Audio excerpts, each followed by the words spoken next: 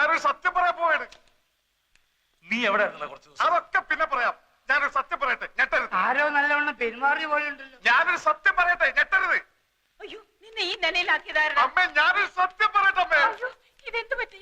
ആരോട് പറയാതെ എങ്ങോട്ടാ പോയത്? എല്ലാരും കൂടി ഇങ്ങനെ ചോദിച്ചോണ്ടിരുന്നു. ഞാനങ്ങനെ സത്യം എല്ലാരും മിണ്ടായിരിക്കേ. അവൻ പറയട്ടെ.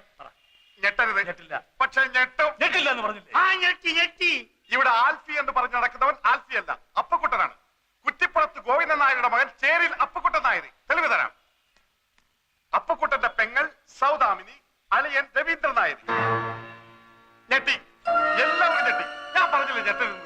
ഇതാണോ ഇത്ര വലിയ സത്യം? എന്നാൽ ഞാനൊരു സത്യം പറയാം. അപ്പക്കുട്ടൻ തന്നെയാണ് ആൽഫി.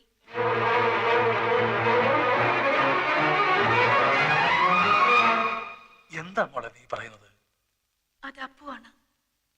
അപ്പക്കുട്ടൻ എല്ലാരും കൂടെ പാവത്തിന് പിടിച്ച് ആൽഫി ആക്കിയതാ. ഇരവി, എന്താണ് കേൾക്കുന്നത്?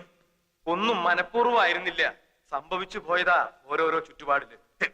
നടന്നതൊക്കെ ശരിയോ തെറ്റോ എന്ന് നോക്കിയിട്ട് ഇനി കാര്യമില്ല.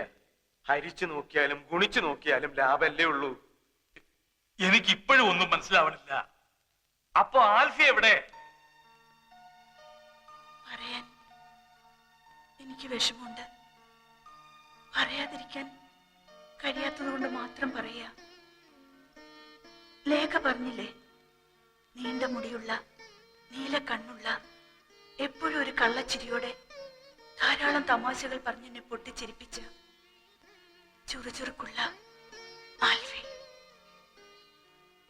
മനസ്സ് മുഴുവൻ കൊടുത്ത് ഞാൻ സ്നേഹിച്ച ആൽഫി.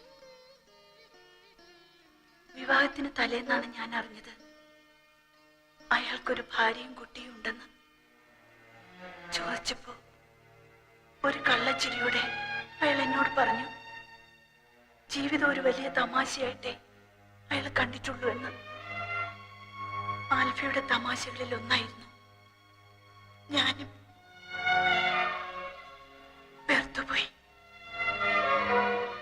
ഞാൻ എന്നെ തന്നെ വെറുത്തുപോയി.